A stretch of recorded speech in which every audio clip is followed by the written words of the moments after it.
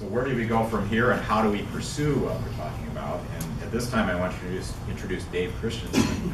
Some of you know Dave, some of you have heard Dave speak before, and when he did that, he was actually a freight and rail planning manager at Minnesota DOT. But he retired last fall.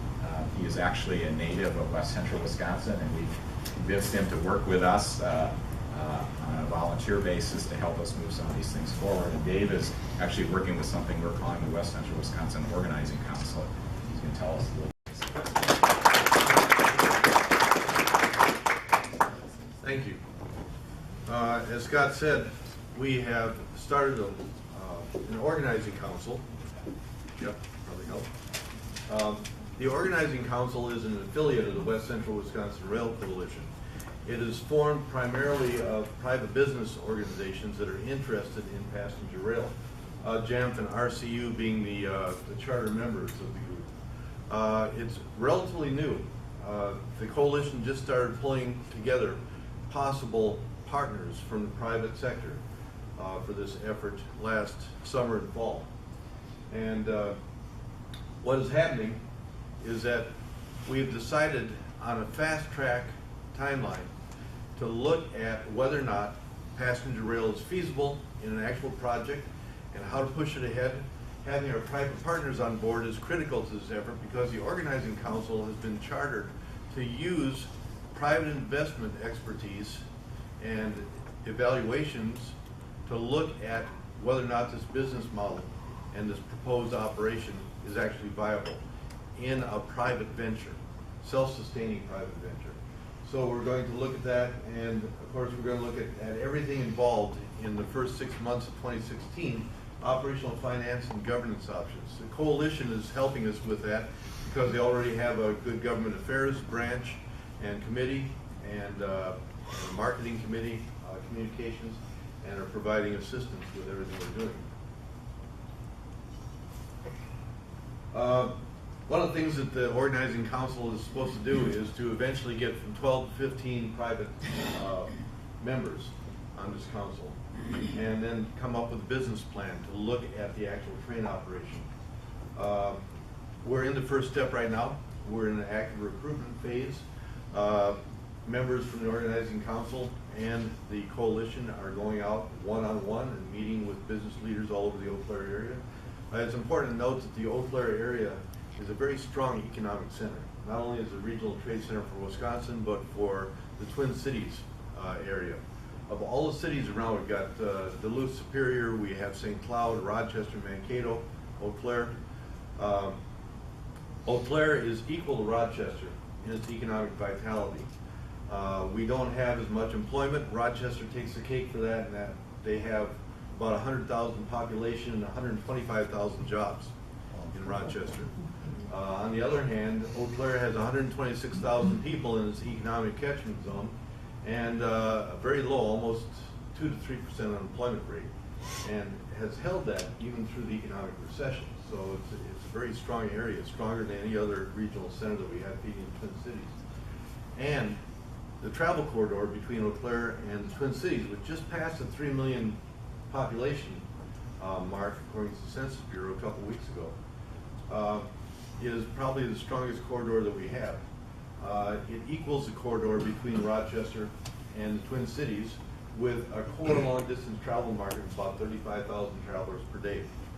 When you get closer in, when you get to Baldwin, Hudson, Stillwater areas, places where the rail would run through, you're looking at 100,000 travelers per day on the highway system and on bus, air, and everything else. So it has both potential for long distance travel and for commuter operations. As we look at this, we already have come up with a timeline for the next 6 months. In February, we drafted a vision statement and a functional definition of what the council is supposed to be, just 2 pages. I've got about a dozen of these I'll put back on the back table if you want to look at them. It includes the business function of the council and also a timeline that ends in July for the council members to look at a decision point as to whether or not to go ahead with the project or not. And that is based on its private viability. We're looking at all forms of funding, private-public partnerships, public funding if necessary, but we have several people on the board that are very adamant that we look first at private, fully private operation. So in March, I've been asked to be the acting executive director of the group right now and do some of the planning and research work. In March, we put together a 10-page background paper for members of the council so that they can look at what has been there before, what is going on in the future, what the background of the economic basis is, and what the economic viability is. That background paper points out that if we have 450,000 riders per year between Eau Claire and the Twin Cities with an average fare of $33 one way, that it will be at that's a break-even point. After that point, we're sustainable, fully sustainable for the operations. May not cover the capital costs of getting it started, but for day-to-day operations, it pays for itself. And that is in the context of the Minnesota State Rail Plan, when I looked at best and worst cases for this corridor with a very high-level modal split of about 5% of the traveling populace. We had a worst case of 250,000 per year, a best case of 400,000 population per year. Just 2 years ago, the Gateway Corridor, which is a commuter proposal to bring commuters from Wisconsin and the eastern part of the metro area, the Twin Cities, into St. Paul and Minneapolis.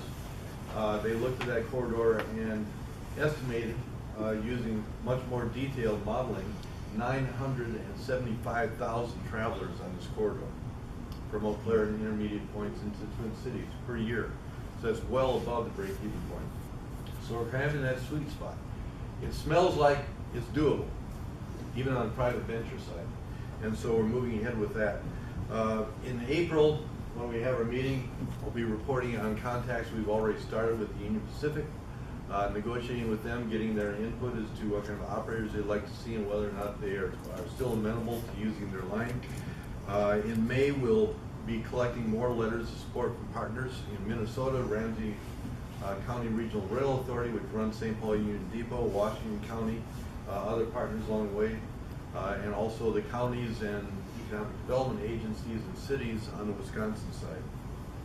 And then in June, we'll do an advanced report on feasibility and also possible operators, the position of the railroads and both short lines and the Union Pacific and others that would be involved, and see where that stands, report back to the council on that. And in July, we will conclude the operation trying to collect support letters and evaluation of the advanced business project and make a decision at that point with the council members, this private group, as to whether or not we move ahead from there. So right now it looks somewhat optimistic that we have a good business plan that could be feasible. And of course, we're keeping ourselves open for the public side too.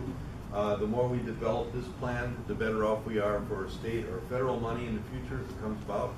The one thing that a lot of our members are stating is that they like the private side, because if we do the private side and do contractual operations, we don't face a lot of the restrictions that we have with public money.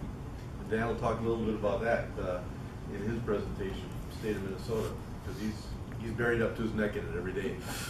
But not money. Yeah. It's the red tape.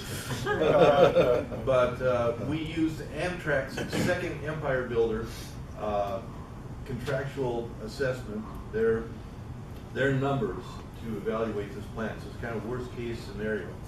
But we also see that if we use public money, it would raise the cost about 30% conservatively from what a private operation would be. So we're trying to keep that in mind, that if we go for public money, it opens up a whole different type of operation. But that's what we're looking at, very short timeline, very focused effort just on this project from Eau Claire to St. Paul for private train operations, and we'll see how far we can get on that proposal. And hopefully it will bear some fruit, we'll be able to go ahead. At this point, I'll turn it back to Scott. I got questions.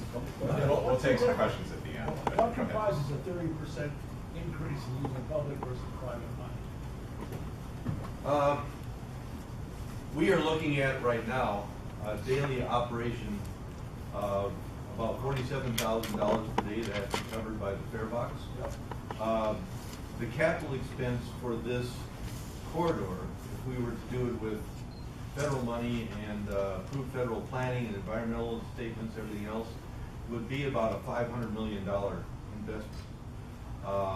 And if we were to do it privately between partners and the UP and others, we figured the capital cost of startup would be somewhere between 150 million to 350 million. So that delta there is. And that delta consists of what? You just told me. No, I I can mean, tell you. Yeah, it would be environmental planning. you should do that anyway. Or are you gonna avoid that? You can't Well, avoid that. You can avoid that. If you're all private, you're doing it on a contractual basis with Union Still need Pacific. STB approval.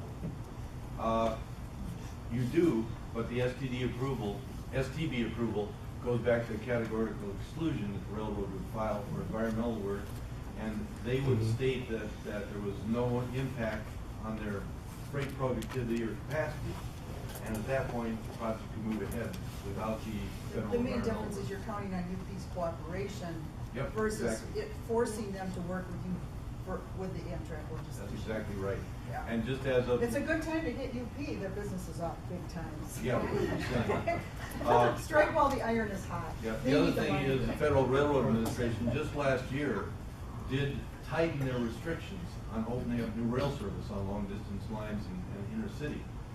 Where before 2015, it was possible to look at categorical exclusions for long distance trains like the Second Empire Builder. Last year, the FRA issued an official ruling saying that a full environmental impact statement would have to be done on any passenger rail expansion, using public money. That's one of the important